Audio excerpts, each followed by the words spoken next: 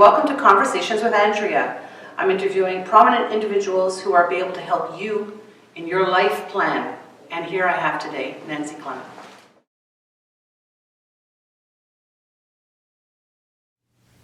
So Nancy, I'm always very curious about something like that. I mean, I work for a large bank where the information is highly confidential. And I know everyone has been told about 17 times or more, do not share your confidential password, do not share your access codes, do not share any of this information. So how do you go about leaving an estate plan without actually transferring your digital passwords before your death and putting yourself at risk, of course? So it's sort of a fine line. Can you tell me how would one go about taking care of that so that your digital footprint is managed? So I would say that there are three aspects to managing your digital footprint. Number one is take an inventory. How many email addresses do you have? Do you go online via Facebook, via Instagram? Do you have Gmail? So once you've done your inventory, find out also if you're using these social media accounts to access other accounts. You also have iTunes. So how do we deal with the problem? Some people, are supposed to keep their passwords confidential and they will have a password keeper. Some organizations like Google allow for you to have people that are allowed to have access to your account and your passwords, but you need to find a system which is confidential and be cautious so you don't share the information with the entire world.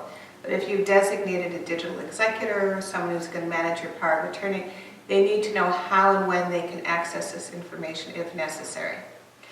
For example, you can talk about loyalty points. That's another good example. Aeroplan. So last week there was an announcement that Aeroplan, you can actually you can't will your Aeroplan, but you can transfer them to a member of your estate. You have loyalty cards. If you're not using an email address, shut it down. If you're not using Facebook or LinkedIn, shut it down. If you're with someone who's ill or in the end of their life, take a chance to have the conversation with them. Otherwise, what happens is you're going to have public information continuing to survive without you, and you need to be in a better position to manage it.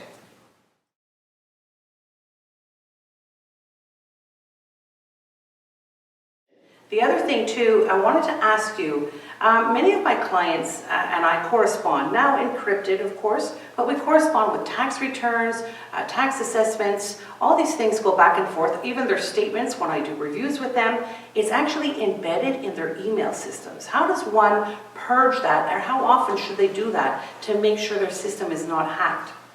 So part one is, it happened recently, a friend of mine, a member of the family died. He said, all the banking's online, I don't have access to those accounts.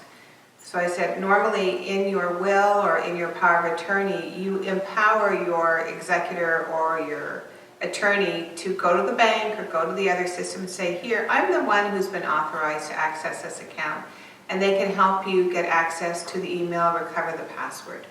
So that's why you need to make a list of your digital assets that we talked about, and you also need to let people know what you pay online. We've had cases where people go into a house that's perfectly clean. Why? Because everything's on the phone. The banking's on the phone, the billing's on the phone, we're paperless. So now we have to go back and determine the paper. With respect to when you decide to delete information, it's on a case-by-case basis, and you need to talk to your advisors. For example, computers, if you're doing online, don't give away the computer. It may contain all the information you need for your tax returns.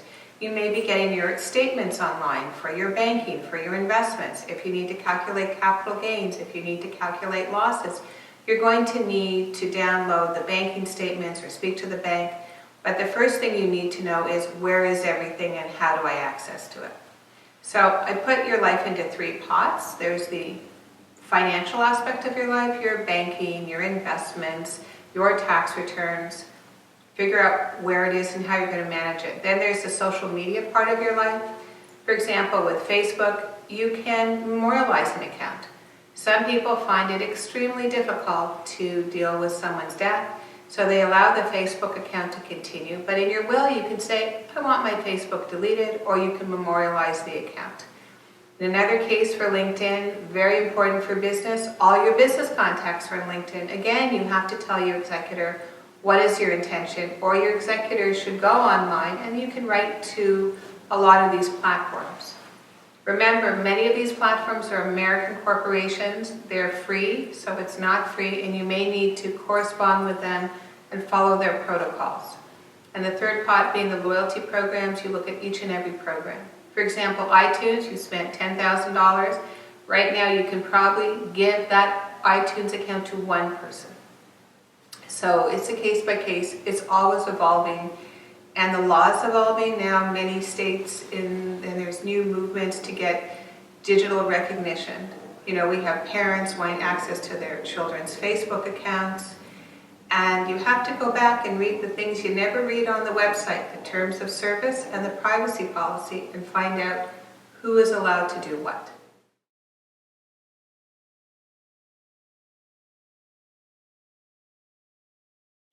Now, let's get down to nuts and bolts. I wish to update my will, and if I'm leaving it to, let's say, 3 people, I leave, 1/3 of my estate to 3 people, and I name them, in my will. How do I go about updating my will in order to make sure my digital assets are completely covered off in the will, as well as what you said about the Aeroplan?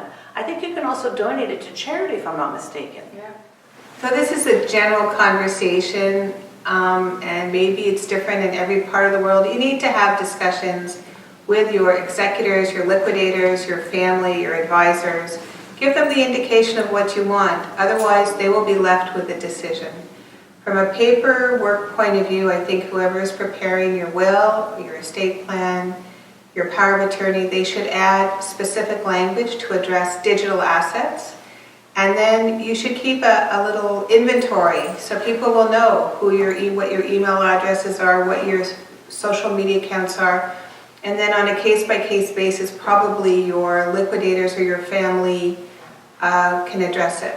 I don't think you put it in the will, but I have had conversations with family members. And the other thing is, before you get rid of your cell phone number, it might be a very important number that will be the key to WeChat or WhatsApp. So on the one hand, I think first you do the inventory and then you make the decisions. Because sometimes when you cut off emails and you erase everything, what if you need it? You won't get it back.